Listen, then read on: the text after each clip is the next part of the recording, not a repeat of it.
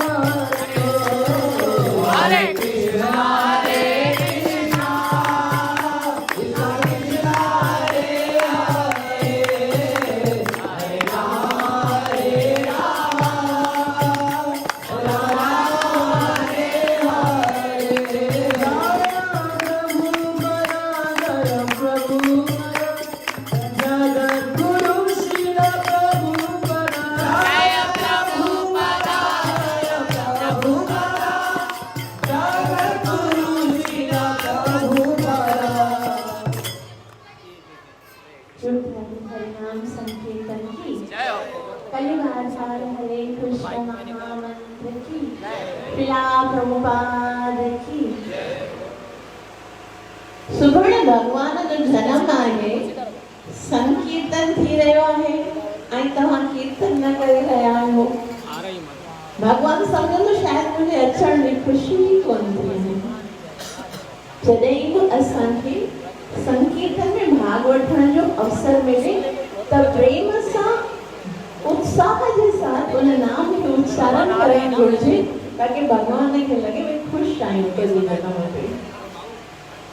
भगवत कथा में प्रवेश कंदासीं उन खां पहिरीं हृदय में जेके संसारी ॻाल्हियूं हली रहियूं आहिनि, बुद्धीअ में जेके संसारी विचार हली रहिया आहिनि, उन्हनि सभिनि खे थोड़ी देर लाइ साइड में रखंदासीं। प्रेम ऐं श्रद्धा के साथ भगवान से प्रार्थना करते मंगलाचरण कंदासीं ताकि हरे कृष्ण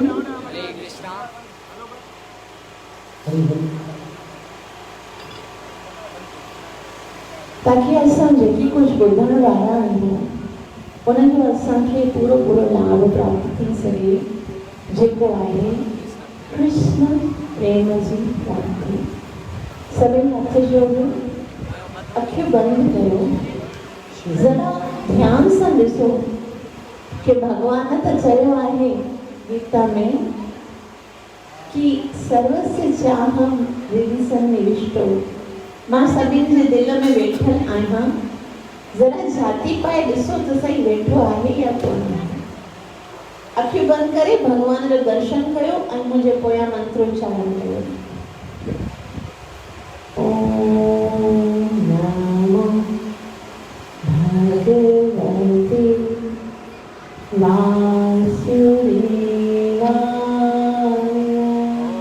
ओम नमो भगवते वासुदेवाय।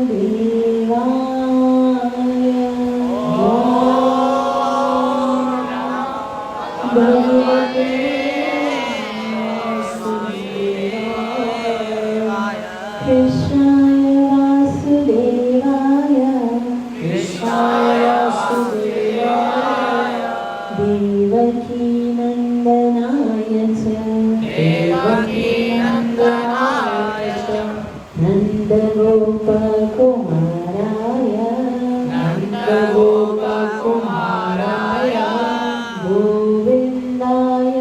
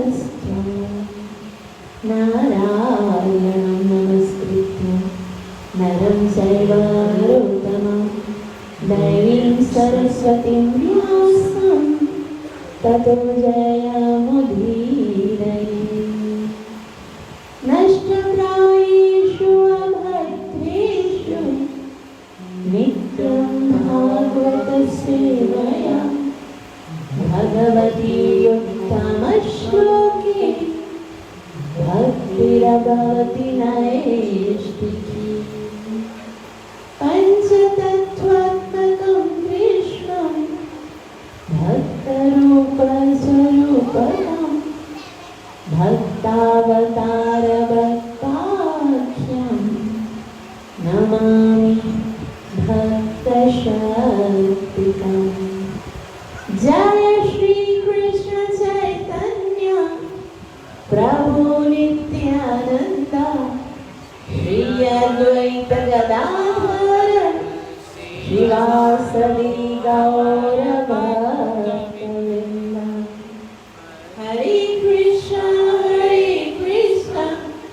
कृष्ण कृष्ण हरे हरे हरे राम राम राम हरे हरे। ग्रंथराज श्रीमद् भागवतम महापुराण की बोल श्री कृष्ण कन्हैया लाल की श्रीला प्रभुपाद की निताई गौर प्रेमानंदे। अत्यंत ही पवित्र दी आहे, अत्यंत ही शुभ समय आहे जंहिंमें भगवान श्री कृष्ण बस असांजे हिन पांडाल में प्रकट थियण जे लाइ अची रहिया आहिनि। भगवान जो जनम त अॼु खां 5000 साल पहिरीं थियो हो, लेकिन भक्तन जे लाइ उहो ॾींहुं ही सभ खां ज्यादा महत्वपूर्ण आहे जॾहिं भगवान उनजे हृदय में प्रकट थे। है ना, पहिरीं त भगवान काथे जन्म वरितो हुयो? भगवान काथे जन्म वरितो हुयो? हाँ, कृष्ण काथे जन्म वरितो हुयो? मथुरा में जन्म वरितो हुयो। काथे? यस, काथे? मथुरा में। ऐं मथुरा में जन्म वरदे देवकी ऐं वसुदेव जे पास। उनखां पोइ काॾे वया? गोकुल में वया। काथे? नंद यशोदा। मथुरा में जन्म होके देवकी और वसुदेव का उद्धार। ऐं गोकुल में वञी करे नंद यशोदा ऐं ग्वाल बारनि जो उद्धार, गोपियुनि जो उद्धार। असांजो छा थियो? हमें क्या मिला? हमारा तो उद्धार तब होगा जब वो हमारे हृदय में प्रकट होंगे। और हृदय में भगवान कॾहिं प्रकट थींदा ख़बर अथव? श्रीमद् भागवतम में जो ॿुधायो वियो आहे कि जॾहिं कोई प्रेम सां भगवान जी कथा ॿुधंदो आहे तॾहिं छा थींदो आहे? सद्यो हृद्यवरुध्यते तत्कृतिभिः शुश्रूषुभिस्तत्क्षणात्।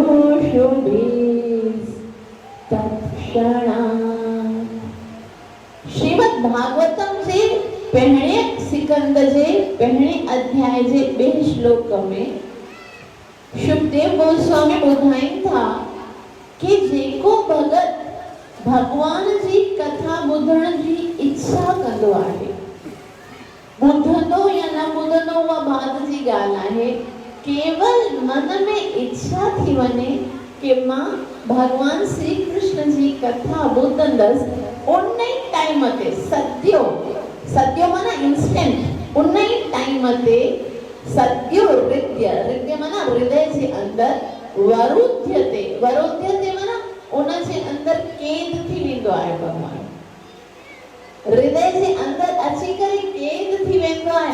छा सोचींदो आहे? हे भगत मुंहिंजी कथा ॿुधंदो, मां उन जे दिल में वेही रहंदसि बस। जॾहिं श्रीमद् भागवतम जे प्रारंभ समय में भक्ति महारानी जेकी वृंदावन में वञी करे पाण त जवान थी वई ऐं उन जा 2 पुट जंहिंजो नालो हुयो ज्ञान ऐं वैराग्य, उहे मूर्छित थी किरी पिया। तॾहिं शुकदेव गोस्वामी खे ॿुधाए, जॾहिं सनत कुमार जेके 4 कुमार आहिनि उन्हनि नारद मुनि खे ॿुधायो कि ज्ञान ऐं वैराग्य जो दुख तॾहिं दूर थींदो जॾहिं श्रीमद् भागवत जी कथा प्रारंभ थी। मतलब भक्ति असांजे हृदय में जेकी वेठी आहे उहा दुखी आहे, परेशान आहे, छाकाणि त हुनखे भागवत कथा ॿुधण जो अवसर न मिलंदो आहे। ऐं इन करे ज्ञान और वैराग्य में बिल्कुल मूर्छित थी विया आहिनि। लेकिन जीअं ई भागवत कथा प्रारंभ थींदी आहे उन ई टाइम ते भक्ति ज्ञान ऐं वैराग्य जेके वृंदावन में वेठा आहिनि हिते जॾहिं हरिद्वार में गंगा जे तट ते जेके चतुष कुमार आहिनि से भागवत कथा प्रारंभ करण शुरू कनि था ऐं उतां खां भक्ति ज्ञान ऐं वैराग्य जेके मूर्छित हुआ से नचंदा टपंदा उते पहुचनि था जिते भागवत कथा थी रही है। समझ में अचे तो यार, समझ में आ रही है मुझे? मैं जो बोल रही हूँ आपको समझ में आ रहा है? तो क्या है कि जॾहिं भक्ति ज्ञान और वैराग्य भागवत कथा में प्रवेश कनि था उन टाइम ते भक्ति हिकिड़ो प्रश्न पूछे थी। क्या प्रश्न पूछे थी कि सारा पंडाल तो फुल पड़ा है, मैं किधर बैठूं? मुझे लाए ते स्थान ही कौन आहे, मां किथे विया? किसने पूछा? कौन पूछ रहा है? कौन पूछ रहा है? भक्ति ने। गुड। खबर पए कि तव्हां ॿुधो था? भक्ति छा पूछो? मां काथे विया, मुझे लाइ स्थान कोन्हे। तॾहिं भक्ति के भगवान पाण उते प्रकट थी करे आदेश ॾिनो कि भक्ति तू हर उन हृदय जे अंदर वेही जेको भागवत कथा ॿुधण जी इच्छा कंदो आहे। हरे कृष्ण कृष्ण कृष्ण हरे हरे, हरे राम राम राम हरे। ॾिसो ॿ शयूं। पहिरीं मां तव्हांखे चयो भगवान किथे वेहंदो आहे? जेको भागवत कथा ॿुधण जी इच्छा कंदो आहे। ऐं भक्ति किथे ईंदी आहे? जेको भागवत कथा ॿुधण जी इच्छा कंदो आहे। मतलब हिकिड़ी ॻाल्हि त डन आहे। जेसिताईं भागवत कथा जो श्रवण न थींदो तेसिताईं न भक्ति मिलंदी न भगवान मिलंदो, भले कुछ भी करे वठो। जीवन जो उद्धार त केवल कृष्ण प्रेम जी प्राप्ति सां थींदो और वो कृष्ण प्रेम काथों मिलंदो आहे? भगवान जी कथा जे श्रवण करण सां मिलंदो आहे। तंहिं करे एतिरा सारा ऋषि मुनि जेके वेठा हुया न 88,000 उहे सभई उते वेठा। परीक्षित महाराज के शाप मिलियो कि 7 ॾींहंनि में मृत्यु थी वेंदी। तॾहिं परीक्षित महाराज परेशान थी वियो, मेरे पास तो केवल 7 दिन, 7 ॾींहंनि में मां छा अहिड़ो कयां कि मूंखे भगवान सां प्यार थी वञे? मां छा अहिड़ो कयां हृदय मां भौतिक आसक्ति खत्म थी वञे? सब पंहिंजो पंहिंजो ॿुधाइण लॻा। को चवण लॻो महाराज तुंहिंजे पास धन घणो आहे, तूं दान कर।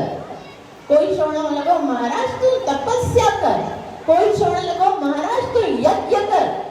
तॾहिं परीक्षित महाराज चयो यज्ञ तपस्या दान करण सां त मुंहिंजो अहंकार वधंदो, मां हे कयो मां हो कयो। उहो कुझु ॿुधायो जो हृदय में भगवान जे लाइ प्रेम उत्पन्न थिए। तॾहिं शुकदेव गोस्वामी प्रकट थियो ऐं शुकदेव गोस्वामी चवण लॻो राजा कुझु न कर, तू बस माट करे हिते वेह, मां तोखे ॿुधायां थो ऐं तू श्रवण कर। ऐं इतिहास गवाह आहे, भागवतम गवाह आहे कि उन्हनि 7 ॾींहंनि में शुकदेव गोस्वामी ॿुधायो आहे और परीक्षित महाराज ॿुधो आहे। लेकिन प्रॉब्लम छा आहे? उहा ई कथा जेकी शुकदेव गोस्वामी परीक्षित खे ॿुधाई उहा ई कथा असां अॼु ॿुधी रहिया आहियूं। परीक्षित महाराज शुकदेव गोस्वामी खे चवे थो कि मूंखे जीअं जीअं मां ॿुधां थो तीअं तीअं आनंद जो अनुभव थिए थो। यत् श्रवतां रसज्ञानां स्वादु स्वादु पदे पदे। हर हिकु क्षण में मूंखे आनंद अची रहियो आहे। ऐं असांजो छा हाल आहे? जीअं जीअं ॿुधंदा आहियूं तीअं तीअं बेज़ारी, कथा तो खत्म ही नहीं हो रही। इन जो कारण छा आहे? परीक्षित कथा को पी रहा था और हम कथा को सुन रहे हैं। एक कथा सुनने की है ही नहीं। भागवत कथा ॿुधण जी आहे कोन्हे। श्रीमद् भागवतम में लिखियल आहे पिबत भागवतम रसमालयम मुहुरहो रसिका भूमि भावुका। पिबत भागवतम पहले तो जो ये भागवत कथा कोई लिटरेचर आहे कोन्हे, कोई शास्त्र कौन आहे। तो पूछो वने अगर शास्त्र नहीं है तो क्या है। तदेश वेदव्यासी समन्था निगम कल्पतरोर्गलितं फलम। ये चाहे हित वेदन जो पक्कल मेवो आहे, पक्कल फल आहे। तदई वरी प्रश्न उठो भाई फल जे अंदर त गुंडली हुंदी आहे, छीको हुंदो आहे, से असांखे फिटी करना पवंदा आहे। छा भागवत में भी कुछ अहिड़ो आहे जेको असांखे वेस्ट करणो पवे। तॾहिं चई वेद व्यास जी पंहिंजे शब्दनि में चवनि था मैंने तो इसको फल कहा मगर ये फल नहीं है, ये तो बना बनाया जूस है।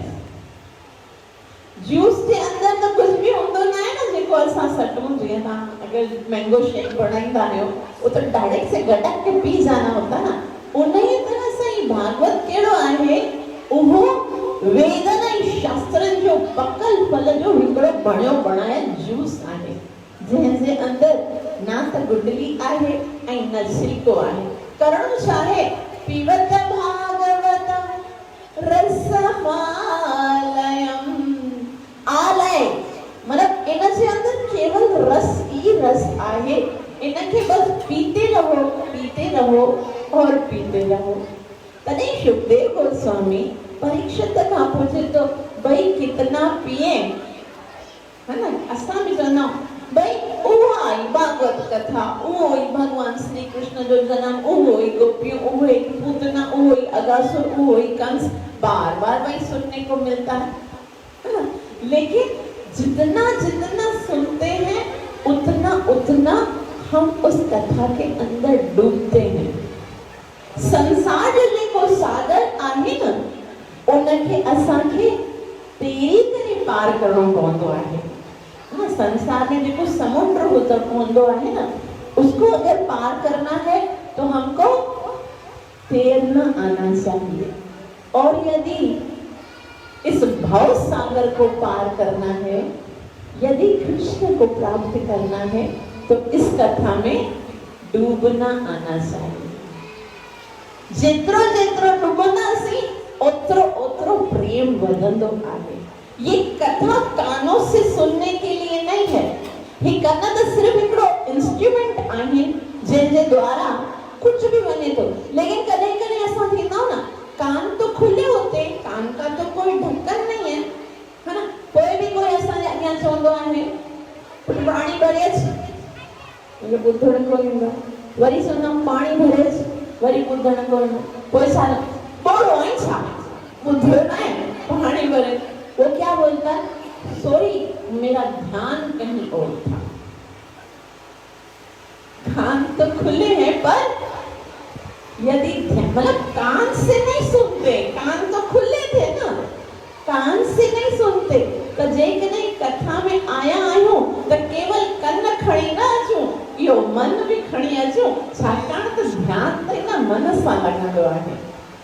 मन सां जॾहिं कथा ॿुधबी आहे तॾहिं मन में अची करे कृष्ण विराजमान थींदो आहे। तंहिं करे ॾिसो भगवान श्री कृष्ण चयो भगवत गीता में भई तव्हां पंहिंजा कन मूंखे ॾियो, तव्हां पंहिंजो धन मूंखे ॾियो, तव्हां पंहिंजो छा ॾियो, छा छा मन मना मांखे जेकॾहिं ॾियणो अथव त छा ॾियो, मन ॾियो। कथा में बि अचो त मन सां ॿुधो। जॾहिं असां कथा खे मन सां ॿुधंदा आहियूं तॾहिं छा थींदो आहे, मन जो मार्जन थींदो आहे। इन कथा खे वासुदेव जी जेकी कथा आहे, भगवान जी जेकी कथा आहे उनखे ॿुधण सां छा थींदो आहे, हृदय जे अंदर जेकी अभद्र आहिनि नष्ट प्रायेषु अभद्रेषु, जेतिरा बि अभद्र आहिनि काम क्रोध लोभ मोह मद मात्सर्य जेकी भी मलिनता है कथा सुनते सुनते नष्ट हो जाती है। मांजा शब्द नहीं वेद व्यासी चयो 1.1.10 में नष्ट प्रायेषु अभद्रेषु क्या करने से नित्यम भागवत सेवया बस इन भागवत के बुधो कुछ ना करणो बाकी सब या कथा ही कर लिया है। श्रवता स्वकथा कृष्ण पुण्य श्रवण कीर्तन हृदयंतो अस्थो यभद्राणि विधुनोति सुहृतसाम। श्रवताम स्वकथा कृष्ण जॾहिं असां कृष्ण जी कथा ॿुधंदा आहियूं उन जे अंदरि एतिरो पवित्रता आहे एतिरो पुण्य आहे श्रवण सां। लेकिन श्रवण जी जीअं मां पहिरीं ॿुधाई कंडीशन छा आहे केवल कानों से नहीं किससे सुनेंगे मन से। फिर क्या होगा हृदयंतस्थो यभद्राणि हृदय जे अंदर जेके अभद्र आहिनि विघ्नोति उहे सभु धोखजी वेंदा आहिनि।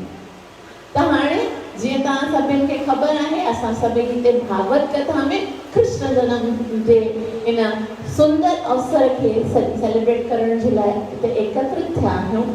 त असां उतां खां ई इन कथा खे प्रारंभ कंदासीं जितां खां परीक्षित महाराज शुकदेव गोस्वामी खे कुछ पुछी रहा है। ॾहों सिकंद जीअं सभई शास्त्र जेके आहिनि उन्हनि जो सार आहे भागवत और पूरे भागवत जो सार छा आहे श्रीमद् भागवत जो सार आहे ॾहों सिकंद ऐं ॾहें सिकंद जी शुरूआत में कथा थी रही आहे। पहिरियों थी वियो ॿियो थियो चौथो पंजो छहों सतों अठों नव ये धारावाहिक कथा हली रही आहे ऐं कथा हलाईंदे हलाईंदे हिकिड़ो स्टेज अहिड़ो अचे थो जिते परीक्षित महाराज शुकदेव गोस्वामी खे चवनि था बस महाराज बस अब मुझे ये कथा नहीं सुननी। तव्हांखे हिम्मत थिएव मां परीक्षित महाराज ॾिठो कि मुझे जीवन जा 5 ॾींहं खत्म थी विया टोटल 7 ॾींहं हुया 9 सिकंद ॿुधंदे ॿुधंदे 5 ॾींहं खत्म थी विया। हाणे घणा ॾींहं बताएं 2 ॾींहं बताएं ऐं 2 ॾींहं बचण में जेकॾहिं उहो ई मां ॿुधंदो रहां छा ॿुधाए रहिया हुया राजाउनि जी महाराजाउनि जी जेके कथाऊं असां ॿुधंदा आहियूं बेशक इन्हनि जे अंदरि बि भगवान जो ही अना गुणगान हो लेकिन निज जेकी भगवान जी कथा भगवान जे जन्म जी कथा भगवान जे कर्म जी कथा भगवान जी लीलाउनि जी कथा अञा ताईं प्रारंभ न कई अथई 2 ॾींहं गुज़री विया मुंहिंजो त जेको थियो सो थियो बाक़ी संसार खे कृष्ण कथा काथो मिलंदी। तॾहिं परीक्षित महाराज चवनि था शुकदेव गोस्वामी खे श्रीराजो वाच कथितो वंश विस्तारो भवता सोम सूर्यया राज्ञांशो भयवंशानां चरितं परमाद्भुतम् कथितो वंश विस्तारो। परीक्षित महाराज चवनि था हे महाराजा परीक्षित महाराज चवनि था शुकदेव जी तव्हां घणो ई कुझु ॿुधायो कथितो वंश विस्तारो विस्तार सां ॿुधायो छा ॿुधायो भवता सोम सूर्यया सोम चवंदा आहिनि चंद्रमा खे सूर्य चवंदा आहिनि सूरज खे सिज खे सूर्यवंशी ऐं चंद्रवंशी राजाउनि जो त घणो ई कथाऊं ॿुधायूं घणियूं ई कहाणियूं ॿुधायूं राज्ञां शोभय वंशाना उन्हनि ॿिन्ही यानी चंद्रवंशी ऐं सूर्यवंशी राजाउनि जो तव्हां विस्तार सां असांखे कथायूं ॿुधायूं ऐं मां इहो ॻाल्हि स्वीकार कयां थो चरितम अद्भुतम जेको कुझु तो ॿुधायो आहे उहो सभु अद्भुत आहे। ॿुधी करे मूंखे आश्चर्य थियो रोमांच थियो आनंद थियो लेकिन हाणे मूंखे इहे चंद्रवंशी ऐं सूर्यवंशी राजाउनि जी कथाऊं नाहे ॿुधणो। तॾहिं शुकदेव गोस्वामी पुछनि था, अच्छा ॿुधाए परीक्षित, तोखे पोइ छा ॿुधणो आहे?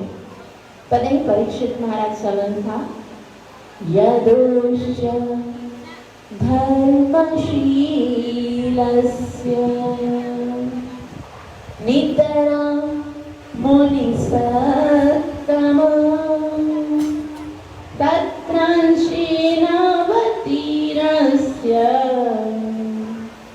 विष्णुवीर्याणि शांसना। करे चवनि था यदुवंश जेको धर्म जो शील आहे, धर्म जो प्रतीक आहे। तव्हांखे ख़बर आहे भगवान श्री कृष्ण जो जन्म कहिड़े कुल में थियो आहे?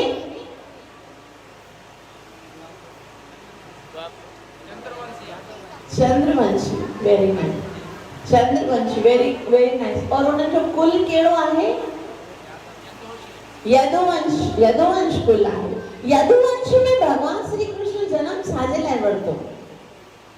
एतिरा सारा जॾहिं ॿिया बि कुल आहिनि, लेकिन भगवान साक्षात भगवान जॾहिं हिन संसार में अचण जी इच्छा कई त उनजे लाइ यदुवंश खे ई उन स्वीकार कयो, उनखे ई चॉइस कयो। उनजो कारण छा आहे? हिते लिखियल आहे यदुश्च धर्मशीलस्य। यदु केरु आहे? धर्म जो शील आहे। हाणे ॾिसो, यदु महाराज जे बारे में कंहिंखे कुझु ख़बर आहे? यदु महाराज ययाति जो पुत्र हुयो। महाराज ययाति जो ॿ पत्नियूं हुयूं। हिकिड़ी शुक्राचार्य जी धीअ हुई देवयानी, ऐं ॿी जेकी हुनजी पत्नी हुई उहा उन्हनि देवयानी जे घर में नौकराणी हूंदी हुई, शर्म स्टाफ। त उन्हनि ॿिन्हिनि सां महाराजा ययाति जो विवाह थियो। लेकिन शुक्राचार्य जी जेकी पुत्री हुई, जंहिंजो नालो हुयो देवयानी, उन पंहिंजे पतीअ खे चयो, ययाति महाराज खे, ॾिस तो मुंहिंजी नौकराणी सां बि विवाह कयो आहे, उहो त मां बर्दाश्त करे छॾियो, पर संतान केवल मूंखे थियणु घुरिजे, उनखे न थियणु घुरिजे। इहो ऑर्डर हुयो देवयानी जो। लेकिन भगवान जंहिंजी मर्ज़ी थींदी आहे, भगवान खे उनखे ई संतान प्राप्त थींदी आहे, है न? त इत्तफ़ाक़ सां देवयानी जी जेकी नौकरानी हुई न, शर्मसटा, उनखे संतान उत्पन्न थी वियो। तॾहिं देवयानी ॾाढो क्रोध में अची वई, ऐं क्रोध में अची करे पंहिंजे पिताजी, केरु हुयो? दैत्यन जो गुरु शुक्राचार्य खे अची करे चवण लगी, पिताश्री, हे जेको तुंहिंजो दामाद आहे न, वो निर्लज आहे, उन मुंहिंजे साथ धोखो कयो आहे, उन हीअं कयो, उनजे पंहिंजे पतीअ जे बारे में उल्टो सीधो अची करे ॿुधायांसि, ऐं पोइ चयनि कि हिन मूंखे ॾाढो दुखी कयो, हुन मूंखे ॾाढो तंग कयो, तपायाईं, जो बि कयो, हुन ऐसे करे पंहिंजे पिता सां वञी करे कंप्लेन कयनि। जॾहिं शुक्राचार्य ॿुधो, तॾहिं शुक्राचार्य उन ई टाइम ते पंहिंजे दामाद खे, जेको नाठी हुयसि न, उनखे श्राप ॾिनो कि वञी तूं ॿुढो थी वञ। इसी क्षण बूढ़े हो जाओ, जवान हो ना, श्राप छा ॾिनईंसि? ॿुढो थी वञ। जॾहिं ययाति महाराज ॿुढो थी वियो न, तॾहिं परेशान थी वियो। चवण लॻो कि हाणे मां संसार जो भोग कीअं कंदसि? मूंखे त संसार में अञा बि इंजॉय करणो आहे, आनंद वठणो आहे, हे करणो आहे, हो करणो, लेकिन हाणे न ॿुढापो वॾो रोग हूंदो आहे। ॿुढापे में कोई बि इंजॉय करे न सघंदो आहे। ऐं असांजी छा प्रॉब्लम्स आहे, असां सॼी ज़िंदगी सोचींदा आहियूं कि हिन समय असां कमायूं, हिन समय असां खाऊं, हिन समय असां घुमूं, हिन समय ॿुढापे में छा कंदासीं? भगवान जो नाम जप कंदासीं, है ना? हर कोई ये सोचींदो नाम कॾहिं जप कंदासूं? ॿुढापे। ही जॾहिं ॿुढापो ईंदो आहे न, तॾहिं त असां सीधी तरह सां ॾिसी बि न सघंदा आहियूं, अखियुनि में नूर न हूंदो आहे, शास्त्र पढ़ी न सघंदा आहियूं, याददाश्त कमज़ोर थी वेंदी आहे, को श्लोक यादि न थींदो आहे, कफ पित्त सां वाणी जेकी आहे न सा एडी खराब थी वेंदी आहे कि आवाज भी न निकरंदी आहे। बुढ़ापे में त टॉयलेट वञण भी ॾुखियो लॻंदो आहे, पोइ भला उहो बुढ़ापे में भजन कीअं थो थी सघे। त जॾहिं ययाति महाराज बुढ़ो थियो तॾहिं परेशान थियो ऐं हथ जोड़े शुक्राचार्य पंहिंजे ससुर खे चवण लॻो, पिताश्री आपने ये क्या किया? मां त बुढ़ो थी वियो, पंहिंजी न्याणी खे त ॾिस, उहा त अञा जवान आहे। मां ऐं तुंहिंजी कन्या जॾहिं ॿाहिरि खां गुज़रंदासीं त संसार वारा छा चवंदा? शुक्राचार्य को तो अपनी बेटी के लिए दामाद ढूंढना भी नहीं आया। पंहिंजी पुत्री जे साथ बुढ़े जी शादी कराई अथई।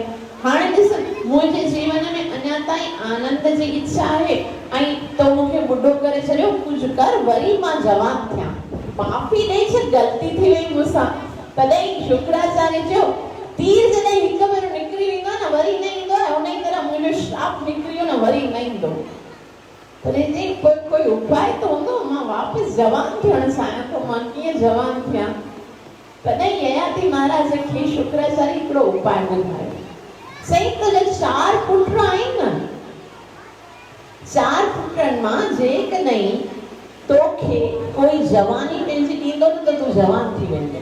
मां हिते लिखियल आहे आश्चर्य अद्भुत कर्म, जेकी ॿुधायो अथई केतिरा अद्भुत कथाऊं ॿुधाया आहियो। त शुक्राचार्य खे ययाति महाराज चयो, ठीकु आहे, मां कहिड़े बि पुट खां, मां पंहिंजे पुटनि खे इहो सुंदर जीवन ॾिनो, एजुकेशन ॾिनी, धन ॾिनो, राज्य ॾिनो, सभु कुझु ॾिनो, छा मूंखे मुंहिंजा पुट जवानी न ॾींदा? मां त कंहिंखे बि चवंदसि थी वेंदो।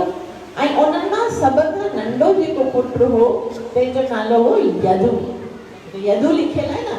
यदु महाराज खे वञी करे चयाई, ययाति महाराज, पुट मूंखे ना शुक्राचार्य ने श्राप दे के बूढ़ा कर दिया है, हाणे मां वरी ॿीहर जवान थियण चाहियां थो, छा तूं मूंखे पंहिंजी जवानी ॾींदे?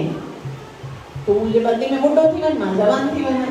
तॾहिं यदु महाराज चयो, न पिताजी, ॿियो कुझु घुरणो अथई घुर, जवानी तो मैं नहीं दूंगा। हाणे ॿुधायो, पिताजी ॻाल्हि मञई या न मञई? न मञई। कोई बि न लिखियल आहे, यदोश्यो धर्मशीलस्य। वो यदु महाराज जेको धर्म जो प्रतीक आहे।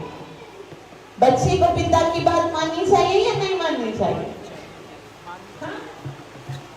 पिताजी गाल मञण घुरिजे या न मञण घुरिजे न? जो नहीं मान रहा वो धर्म का प्रतीक तो नहीं हो सकता। हिते तो यदु महाराज साफ मना कर। ॾिसो, पिताजी गाल मञण घुरिजे, लेकिन कौन सी नहीं माननी चाहिए, कौन सी नहीं माननी चाहिए, वो अक्ल भी होनी चाहिए। हाणे ॾिसो, अगर कोई पिताजी चए पंहिंजे पुट खे, वञ मुंहिंजे लाइ हिकिड़ो शराब जो शीशो वठी अच, ऐं उन सां गॾोगॾु हिकिड़ी मुर्गी बि कोहाए अच, ऐं उन सां गॾु 2-3 पैकेट सिगरेट जा बि वठी अच। अहिड़ियूं जेके आदेश आहिनि न, उहे मञण जहिड़ा कोन हूंदा आहिनि। जेकॾहिं असां हरिय जो नाम जप कंदाऊं ऐं पिताजी चवंदा, छॾ तूं सॼो ॾींहुं हरे कृष्ण लॻा वेठो आहे, कमु धंधो वंधो कुझु नथो करी, तूं सॼो ॾींहुं खाली बसि भॻवान जो नाम जप कंदो, छॾ हाणे अॼु खां पोइ तुंहिंजे हथ में मां माला न ॾिसां। हेतिरा आदेश मञण जा कोन हूंदा आहिनि। प्रहलाद खे बि चयो, है न, हिरण्यकशिपु चयो, छा चई कि तोखे अगर जय पुकारणी आहे त कंहिंजी पुकार? हिरण्यकशिपु महाराज की। लेकिन प्रहलाद कॾहिं बि न चयो जय। प्रहलाद हमेशा छा चवंदो हो? जय तो मेरे श्री हरि की, केवल श्री हरि जी। मतलब पिताजी उहा ॻाल्हि जेकी उनजे लाइ हानिकारक आहे, उहा मञण न घुरिजे। यदु महाराज सोचियो, जेकॾहिं मां पंहिंजी जवानी पंहिंजे पिताजीअ खे ॾियंदसि त उहो उन जवानीअ सां केतिरा अपराध कंदो, पाण बि नरक में वेंदो, असां सभिनि खे बि नरक में विझाईंदो। उहो हुन ई जवानीअ सां जेकॾहिं मां हरिय जो भजन कंदसि, मां भगवान जी भक्ति कंदसि, त मां अकेलो हिन सॼे कुल खे पवित्र करे भगवान जे धाम में पहुचाए सघंदसि। तंहिं करे ते लिखियल आहे यदुष्यो धर्मशीलस्य। धर्मशीलस्य मतलब यदु वो आहे जंहिंजे पास धर्म आहे ऐं भगवान उते ई हूंदा आहिनि जिते धर्म हूंदो आहे। गीता बि उतां खां ई शुरू थींदी आहे धर्म क्षेत्रे कुरुक्षेत्रे। अच्छा अॼु हिकिड़ी ॻाल्हि ॿुधायो, सभई मुंहिंजे साथ रहंदा तॾहिं सम्झ में ईंदो। सुभाणे भगवान जो जनम थियण वारो आहे। हिते साफ़ लिखियल आहे भगवान उते ई जनम वठंदा आहिनि जिते धर्म हूंदो आहे। सपोज सुभाणे भगवान जो जनम थियण वारो आहे, असां सभु सोचूं कि असां मां कहिड़ो उहो भाग्यवान थी सघे थो जंहिंजे घर में भगवान जो जनम थींदो। कंडीशन त हिकिड़ी आहे, छा? जंहिंजे पास धर्म आहे उनजे पास ही कृष्ण आहे। छा असांजे अंदर उहो धर्म आहे कि असां उन भगवान खे पंहिंजे घर में प्रकट करे सघूं? धर्म जो मतलब छा आहे? वैसे त अॼु धर्म जो मतलब रिलीजन समझो वेंदो आहे, है ना? यो धर्म हूंदो आहे, वो धर्म हूंदो आहे, मुस्लिम धर्म हूंदो आहे, क्रिश्चियन धर्म हूंदो आहे, सिख धर्म हूंदो आहे। धर्म जो मतलब इहो न हूंदो आहे। धर्म त सिर्फ हिकिड़ो ई आहे जेको भगवान बनायो आहे, जंहिंजो नालो आहे सनातन धर्म। ऐं सनातन धर्म जो मतलब छा आहे? सनातन आत्मा जो पंहिंजे परमात्मा सां प्रेम, इहो आहे सनातन धर्म। इहो हिकिड़ो ई धर्म जेको आहे जेको भगवान बनायो आहे। मतलब अॼु अगर असां चाहियूं था कि भगवान असांजे पास प्रकट थियनि त उन जे लाइ कंडीशन हिकिड़ी आहे, धर्म हुजणु घुरिजे। ऐं धर्म जो मतलब आहे असांजे हृदय में भगवान जे लाइ प्रेम हुजणु घुरिजे। त केर केर भगवान सां प्रेम करे थो? यस, बस सभई कयूं था न, ॿाहिरि सी ॻाल्हि आहे, भगवान सां केर नथो प्रेम करे। लेकिन खाली हैंड रेस करने से नहीं लगेगा, खाली हाथ मथे कयूं हे कृष्ण आई लव यू, बस इतना हो गया। एॾो त बेवकूफ़ भी कौन आहे कि असांजे इन ड्रामे सां वो समझी वञे कि हाँ ये मुझसे प्यार करते हैं। कुछ तो प्रैक्टिकल भी हुजणु घुरिजे न, भई प्रैक्टिकली वो मूंसां केतिरो प्रेम कनि था। जेकॾहिं असां संसार में भी कंहिंसां प्रेम कंदा आहियूं न त उनजो असांखे प्रदर्शन करणो पवंदो आहे, उनखे असांखे इज़हार करणो पवंदो आहे। कीअं? जो मेरे प्रेमी को पसंद नहीं है वो मुझे नहीं करना पड़ेगा, बस हिकिड़ी कंडीशन आहे। अगर असां कंहिंसां प्यार कयूं था त उनजो सबूत कहिड़ो आहे कि जेको उनखे पसंद न आहे सो मां न कंदमि। त उन ई तरह सां जेकॾहिं असां दावो कयूं था कि असां कृष्ण सां प्यार कयूं था त पोइ उहा कोई भी चीज, उहा कोई भी ॻाल्हि असां नथा करे सघूं जेकी कृष्ण खे पसंद कोन आहे। सपोज कृष्ण खे नॉन वेजिटेरियन खाइण पसंद कोन्हे त असां न खाईंदासीं। कृष्ण खे वाइन पीअण पसंद कोन्हे त असां न पीअंदासीं। कृष्ण खे निंदा करण पसंद कोन आहे त असां कॾहिं कंहिंजी निंदा, कृष्ण खे इहो पसंद कोन आहे त असां कंहिंखे हर्ट कयूं त असां कॾहिं कंहिंखे न कंदासीं। कृष्ण खे पसंद न आहे त असां कंहिंखे धोखो ॾियूं त कॾहिं। कृष्ण खे इहो पसंद न आहे कि मुंहिंजे वजह सां ॿियो कंहिंखे दुख मिले त असां उहो कोन कंदासीं। जेकॾहिं प्रैक्टिकली असां चाहियूं था कि भगवान असांजे जीवन में प्रकट थियनि त असांखे धर्म जे साथ हलणो आहे। धर्म जो मतलब आहे भगवान सां प्रेम, और प्रेम जो मतलब आहे जो भगवान को पसंद नहीं है वो मुझे नहीं करना है। इन जो मतलब है अगर असां चाहियूं था कि भगवान असांजे घर में प्रकट थिए त पहिरीं असांखे उन जे लाइ योग्य बणिजणो पवंदो। ऐं योग्यता इहा आहे बस प्यार हो जाए। सुठो बणिजण केवल असांजी इच्छा ते डिपेंड नथो करे कि असां पॉजिटिव थी वञूं, असां सुठा बणिजी वञूं, असां अपराध न कयूं। सब चाहते हैं, है ना, हर कोई चाहींदो आहे। केर चाहे तो कि असां पापी थियूं, केर चाहे तो कि असां गलत कार्य करूं, लेकिन ना चाहते हुए भी अपराध हो जाता है। अर्जुन भगवान श्री कृष्ण सां श्रीमद भगवत गीता जे 3 अध्याय जे श्लोक नंबर 37 में छा त जबरदस्त सवाल पुछन था। अर्जुन चवन था, अथ केन प्रयुक्तोऽयं पापं चरति पुरुषः अनिच्छन् अपि वार्ष्णेय बलादिव नियोजितः। हे कृष्ण, मूंखे इहो ॿुधाए कि माण्हू ना चाहते हुए भी पाप छो कंदा आहिनि। कंहिंखे इच्छा न हूंदी आहे पाप करण जी, लेकिन कोई भी हर कोई पाप कंदो आहे। लॻंदो आहे बलादिव नियोजितः, कुछ जबरदस्ती हुन सां कराए थो। आखिर छाजे करे पाप थींदो आहे? भगवान चवनि था, इहो पाप कोई जबरदस्ती न कराईंदो आहे। पाण ॿुधायो, कंहिंखे नॉन वेज खाओ, रस्सीअ सां मुंहुं खोले करे हुनजे अंदरि विझबो आहे, पोइ पाण हथनि सां खणी खींदो आहे न। कंहिंखे शराब पीअणी हूंदी आहे, छा हुनखे असां जबरदस्ती विझंदा आहियूं मुंहुं में? न, हू पाण कंदा। लेकिन कोई भी लॻंदो आहे जीअं कोई जबरदस्ती कराए थो पियो, मैं करना नहीं चाहता। तॾहिं अर्जुन खे भगवान चए थो, इहा त पंहिंजे दिलि जी वासना आहे जेकी अपराध कराए थी। त पोइ अर्जुन चए थो, वासना कीअं ख़तमु थिए? तॾहिं भगवान श्री कृष्ण चवनि था कि इंद्रियां, मन और बुद्धि ये न अपराध जे रहण जा घर आहिनि। अपराध काथे रहंदो आहे? इंद्रियनि में, मन में ऐं बुद्धिअ में। लेकिन मन और बुद्धिअ खे कंट्रोल करण ॾुखियो आहे। सभ खां पहिरीं पंहिंजी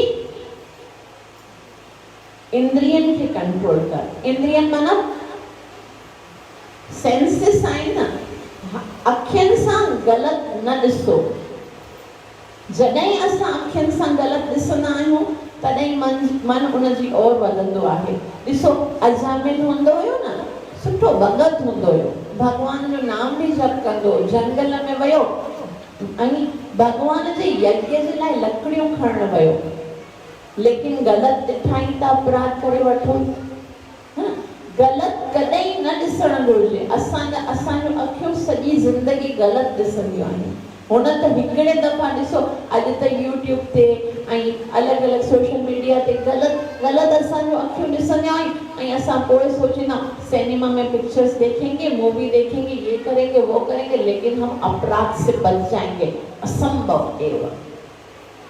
पहिरीं पंहिंजी इंद्रियनि खे संयमित करणो आहे और अखियुनि सां ग़लति कोन ॾिसणो आहे, कननि सां ग़लति कोन ॿुधणो आहे, मुख सां ग़लति कोन ॻाल्हाइणो आहे।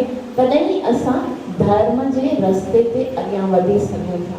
तॾहिं चयाईं, हाणे मूंखे उन यदुकुल जे बारे में ॿुधायो जिते भगवान जो जनम थियो आहे। तॾहिं सुखदेव गोस्वामी पुछनि था, आखिर भगवान जी कथा ॿुधण जी इच्छा कंहिंखे थींदी आहे? तॾहिं हिकिड़ो सुंदर श्लोक उच्चारण कंदे हुए परीक्षित महाराज चवनि था, निवृत्त दर्शय उपगीयमान भव औषधा श्रोत्रमानो विरामा क उत्तम श्लोक गुणानुवादा पुमा विरन्नेत मीना पशुना। परीक्षित महाराज चवनि था, हिन संसार में टे प्रकार जा माण्हू आहिनि, टे प्रकार जा मनुष्य आहिनि। ध्यान सां ॿुधो, असां बि उन्हनि मां हिकिड़ा हूंदासीं। हिकिड़ा कहिड़ा आहिनि? निवृत्त दर्शय उपगीयमान। हिकिड़ा हूंदा आहिनि जंहिंजे मन में कोई कामना कोन हूंदी आहे, कोई भी इच्छा न हूंदी आहे। लेकिन असां तो उहे कोन आहियूं। असांजे मन में त केतिरियूं सारियूं इच्छाऊं आहिनि, ये खाना, वो खाना, इधर जाना, वो उधर जाना, ये भी चाहिए, वो भी चाहिए, इसे पहनना, इधर घूमना, हर चीज जी इच्छा आहे न। त पहिरियां कहिड़ा हूंदा आहिनि जंहिंजे मन में कोई कामना नहीं होती। ॿिया कहिड़ा हूंदा आहिनि जंहिंजे अंदरि हज़ारों कामनाएं हूंदियूं आहिनि, हज़ारों कामनाएं ऐसी कि हर ख्वाहिश में दम निकिरे, है ना। ऐं ॿिया कहिड़ा हूंदा आहिनि जंहिंखे सिर्फ़ु हिकिड़ी इच्छा हूंदी आहे मोक्ष जी, कि मूंखे हाणे बसि भॻवानु मुक्ति घुरिजे, बसि जनम मरण जे चक्कर सां मोक्ष प्राप्ति, संसार जो कुझु बि नथो घुरिजे। तॾहिं परीक्षित महाराज चवनि था टे प्रकार जा व्यक्ति आहिनि, अकाम सर्व कामो वा मोक्ष काम उदारती। अकाम मतलब जंहिंजे अंदर कोई कामना कोन आहे, सर्व कामो वा जंहिंजे अंदर हज़ारों कामनाऊं आहिनि, ऐं मोक्ष काम जंहिंजे अंदर केवल मुक्तिअ जी कामना आहे। उहे टे प्रकार जा मनुष्य आहिनि, उन्हनि खे सिर्फ़ु हिकिड़ो ई कमु करणु घुरिजे जेकॾहिं उहे आनंद प्राप्त करणु चाहिनि था। त हाणे असां जेके बि वेठा आहियूं न, इन्हनि टिनी कैटेगरीज़ मां हिकिड़ो ई हूंदासीं। या त असांजे मन में कोई कामना कोन आहे, या त हज़ारे कामनाऊं आहिनि, या त सिर्फ़ु हिकिड़ी कामना आहे मुक्तिअ जी। त करणो छा आहे? शास्त्र चवे थो जेकॾहिं कोई कामना कोन आहे त बसि हिकिड़ो ई कमु कयो, वियो सत्संग में ऐं भॻवान जी कथा ॿुधी करे आनंदित थी वञो।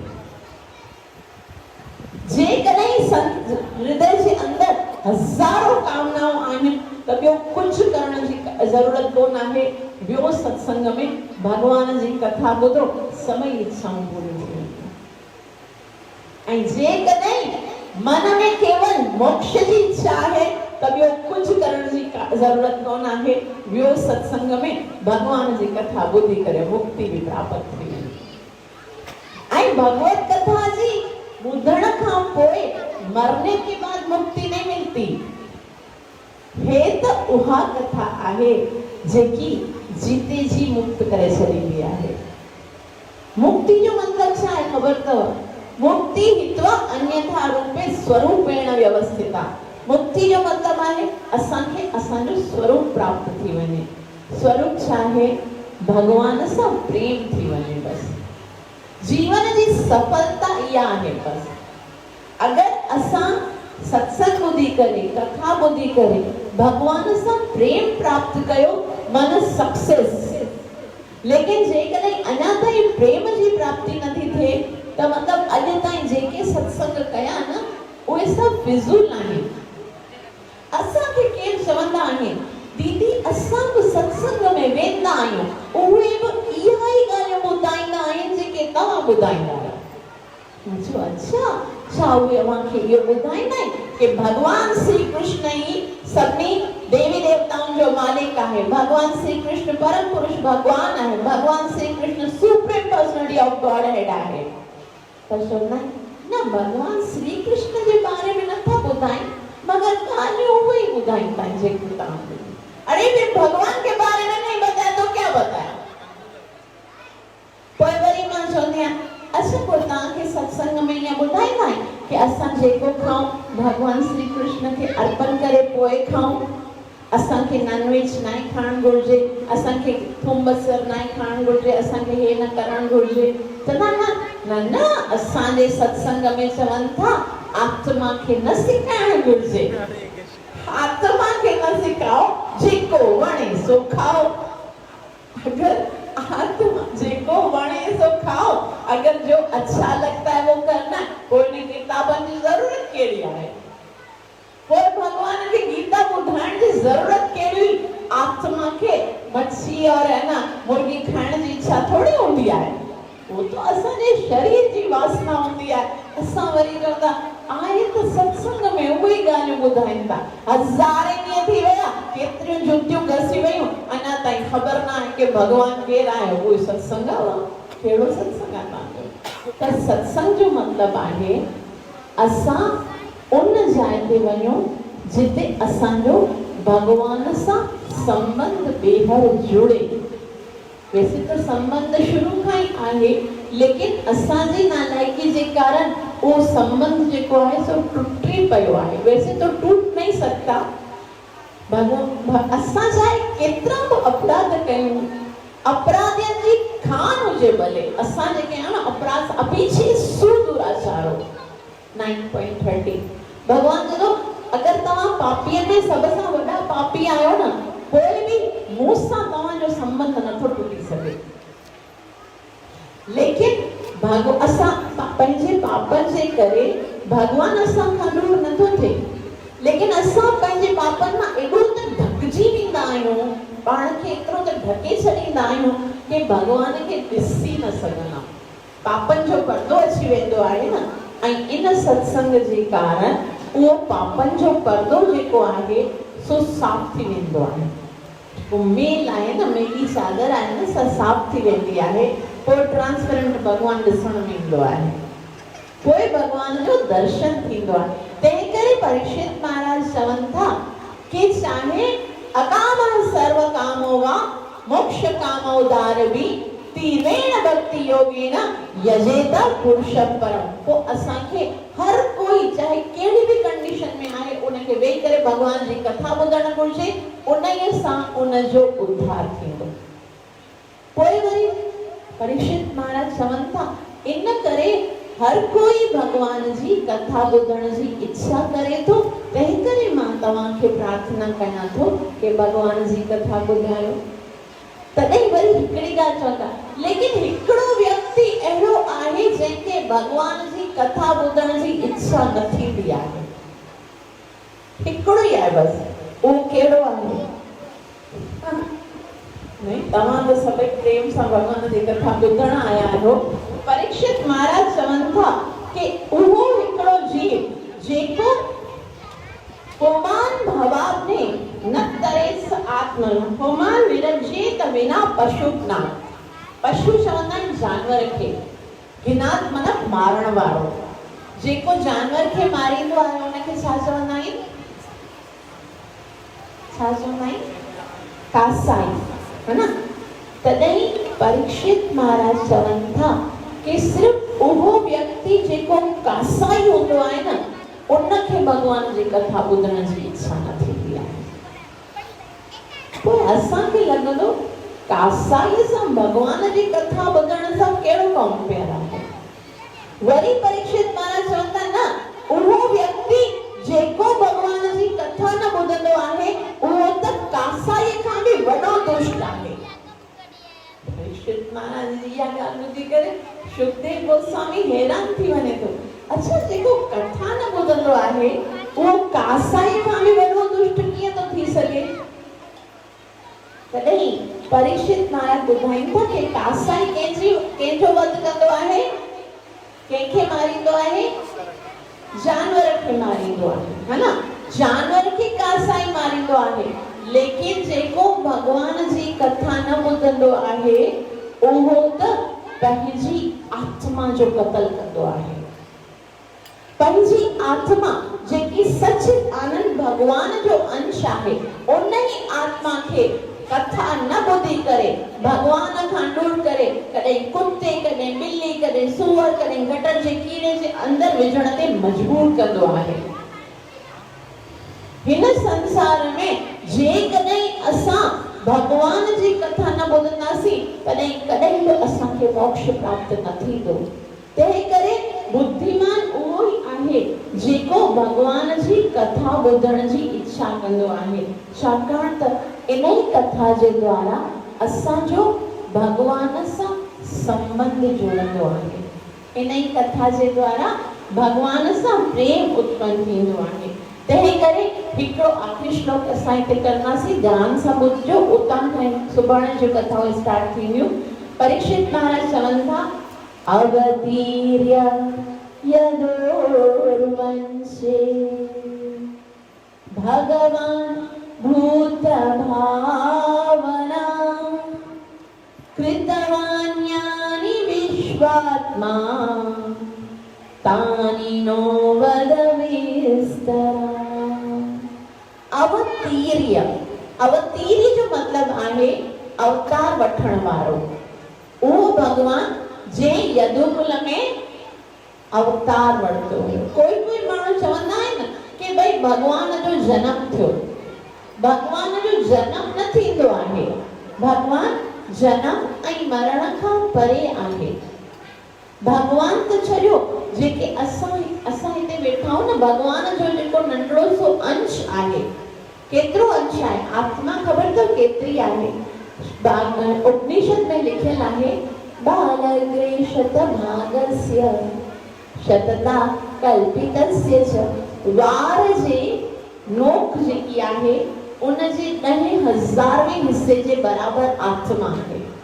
ऐं उन आत्मा जे लाइ बि भगवान श्री कृष्ण भगवद गीता में चवनि था, न जायते निर्व्यते वा कदाचित् नायं भूत्वा भविता वा न भूयः अजो नित्यः शाश्वतो यमः पुराणो न हन्यते हन्यमाने शरीरे।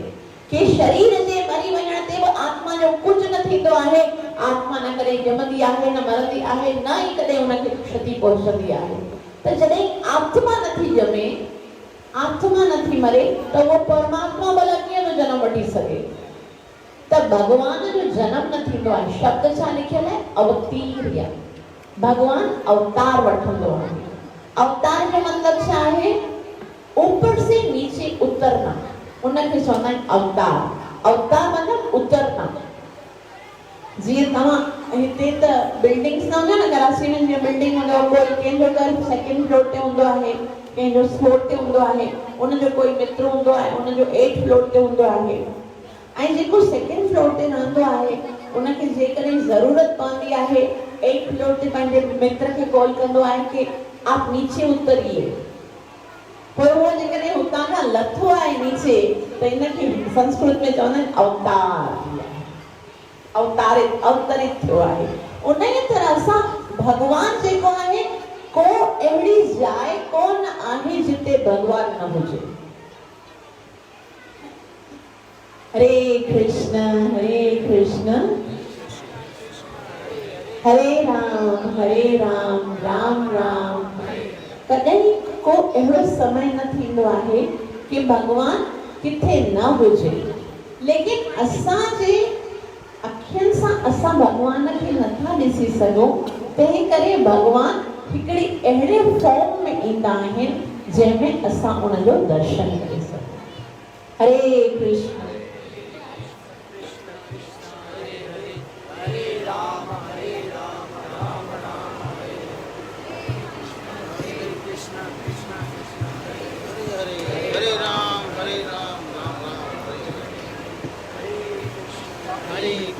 कृष्ण कृष्ण हरे हरे हरे राम राम राम। त भगवान जो छा थींदो आहे? अवतार थींदो आहे। ॾिसो, टे शयूं हूंदियूं आहिनि। हिकिड़ो हूंदो आहे शरीर, हिकिड़ी हूंदी आहे आत्मा, ऐं ॿियो हूंदो आहे परमात्मा। केर केर हूंदा आहिनि? शरीर, आत्मा, परमात्मा। शरीर जो जन्म थींदो आहे, है ना? माता पिता जे गर्भ मां शरीर जो जन्म थींदो आहे। ऐं जन्म कीअं थींदो आहे? जेके असां कर्म कया आहिनि उन जे अनुसार। कंहिंखे सुठो जन्म मिलंदो आहे, कंहिंखे ख़राब जन्म मिलंदो आहे, कंहिंखे मनुष्य जो जन्म मिलंदो आहे, ऐं कंहिंखे पशु पक्षी जो जन्म मिलंदो आहे। जन्म कंहिंजो थींदो आहे? शरीर जो। आत्मा जेकी आहे उनखे उन शरीर जे अंदरि विधो वेंदो आहे। आत्मा जो जन्म न थींदो आहे। लेकिन आत्मा जेकी आहे उहा मतलब उनखे पाण भगवान जेको आहे, जेका कर्म आहिनि उन्हनि कर्मनि जे अनुसार हिकिड़ो शरीर प्राप्त थींदो आहे। आत्मा खे उहो शरीर प्राप्त थियो आहे पंहिंजे कर्मनि जे द्वारा, ऐं उहा विवश थी करे उते जनम थियण लाइ विवश हूंदी आहे। बाक़ी हिकिड़ो हूंदो आहे भगवान, सो पंहिंजी मर्ज़ीअ सां प्रकट थींदो आहे। भगवान खे कर्मनि जे अनुसार जनम न वठणो हूंदो आहे, बल्कि भगवान पंहिंजी इच्छा सां हिन संसार में प्रकट थींदा आहिनि। त उन ई भगवान जो असां हिते जनम सुभाणे सेलिब्रेट कंदासीं। ऐं हिते हिकिड़ो अंतिम प्रश्न आहे कि भगवान खे आखिर जनम वठण जी ज़रूरत कहिड़ी आहे? त कोई चवंदा आहिनि भाई भगवान पाण भी गीता में चवनि था कि परित्राणाय साधूनां विनाशाय च दुष्कृता। साधुअनि जी रक्षा करण जे लाइ ऐं दुष्टनि जो विनाश करण जे लाइ भगवान जो जन्म थींदो आहे। लेकिन इहो बिल्कुल 100% त सत्य नथो थी सघे, छाकाणि त राक्षसनि खे मारण जे लाइ भगवान खे अचण जी ज़रूरत थोड़ी आहे। भगवान त केवल पंहिंजे धाम में वेही करे बि हिकिड़े दफ़ा कोई भूकंप आणे छॾे, ज़िलज़िलो आणे छॾे, सभई राक्षस मरी वञनि, है ना, प्रलय थी वञे, जिनके केवल प्रकृति मात्र से सागर सप्त उबलते देखा, है ना, खाली जेकॾहिं पंहिंजो भौमो बि टेढ़ो करे त संसार में प्रलय अची वञे, त हिकिड़े रावण खे या हिकिड़े कंस खे मारण जे लाइ भगवान खे जन्म वठण जी त ज़रूरत कोन आहे। ऐं चवां कि भई पोइ भक्तनि जी रक्षा करण जे लाइ भक्तनि खे बि तंग त उहे दुष्ट कंदा आहिनि न, लेकिन जेकॾहिं दुष्टनि खे भगवान उतां खां केवल हृदय में वेठल आहे, भगवान हृदय में अची करे उनखे पवित्र भावना ॾेई सघे थो, है ना। भगवान त दिल में वेही करे सभिनि जे दुष्टनि खे बि दुष्टताई बुलाए सज्जन बनाए सघे थो। पोइ आखिर भगवान जे अचण जो कारण छा आहे, उहो भगवान ॿुधाइनि था। श्रीमद् भगवद गीता 4.11 भगवान चवनि था, जन्म कर्म च मे दिव्यम् एवं यो वेत्ति तत्त्वतः त्यक्त्वा देहं पुनर्जन्म नैति मामेति सोऽर्जुन। भगवान चवनि था, मां जन्म वठंदो आहियां तुंहिंजे उद्धार जे लाइ। तुंहिंजी जे कंहिंखे चवनि था, अर्जुन खे नथो चवनि। हिते जेतिरा बि असां वेठा आहियूं न, पर्टिकुलरली मतिलबु इंडिविजुअली भगवान असांजे लाइ जनम वरितो आहे। हर कंहिंखे इहो सोचणु घुरिजे, भगवान हिन संसार में आयो हो सिर्फ़ु मुंहिंजो उद्धार करण जे लाइ। सिर्फ़ु हिकिड़ो भगवान जेको आहे वो सिर्फ तुझो उद्धार करण जे लाइ आयो आहे। हर कोई इहो अगर सोचे तो वो असां सोचींदासीं भाई मेरा उद्धार करने के लिए भगवान ने किया क्या, है ना। कंस के मारिया, रावण के मारिया, गोपियन जो उद्धार कई, ग्वालन के प्यार कई, मूंखे छा मिलियो? असां खे भगवान जी इहा अद्भुत रसमई कथा मिली आहे। तंहिं करे जेको भगवान जी कथा ॿुधंदो आहे, अगर भगवान चाहे न हुते पंहिंजे धाम में वेही करे सभिनी राक्षसनि खे मारे सघे थो। भगवान चाहे तो कोई भी लीला कर, भगवान की जरूरत थोड़ी आहे इन भौतिक जगत में। भगवान जे लाइ रखियो ई छा आहे।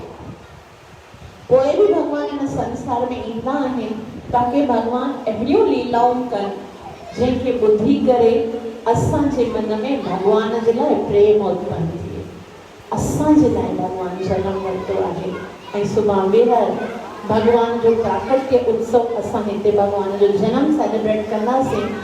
तव्हां सभिनि जा लख थोरा जेतिरो प्रेम सां कथा खे श्रवण कयो अथव। जेकॾहिं कोई ॻाल्हि सम्झ में न आई हुजे, जेकॾहिं कोई प्रश्न हुजे, कोई जिज्ञासा हुजे त तव्हां पुछी सघो था। कोई भी सवाल हुजे अॼु जी कथा सां भगवान जे जन्म सां रिलेटेड त तव्हां पुछी सघो था। हरे कृष्ण कृष्ण कृष्ण हरे हरे, हरे राम राम राम हरे।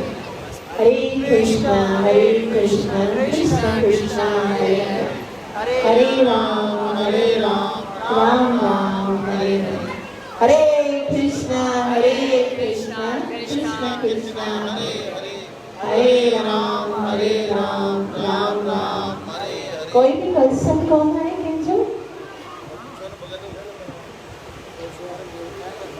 तव्हां सभिनि जा लख थोड़ा कृपया मूंखे आसीस कयो त मां भगवान श्री कृष्ण सां प्रेम करे पंहिंजे जीवन खे सफल करे सघां। सुभाणे भगवान श्री कृष्ण जो जन्म ॾींहुं आहे, उनखे सेलिब्रेट कीअं कयो वञे। सुबुह जो भगवान जो कोई भी जेको त्योहार हुजे, कोई घुर्जे उन ॾींहुं। वैसे त रोज़ाना उथणु घुर्जे, लेकिन स्पेशली जन्माष्टमी, एकादशी जेके इहे पवित्र ॾींहं आहिनि उन में असांखे सूर्य उदय थियण खां पहिरीं उथणु घुर्जे। तव्हांजो जनम भगवान जो तॾहिं सार्थक थींदो जॾहिं सिज निकिरण खां पहिरीं, सिज उभरण खां पहिरीं, मतिलबु 4:30-5 बजे असांखे निंड मां उथणु घुर्जे।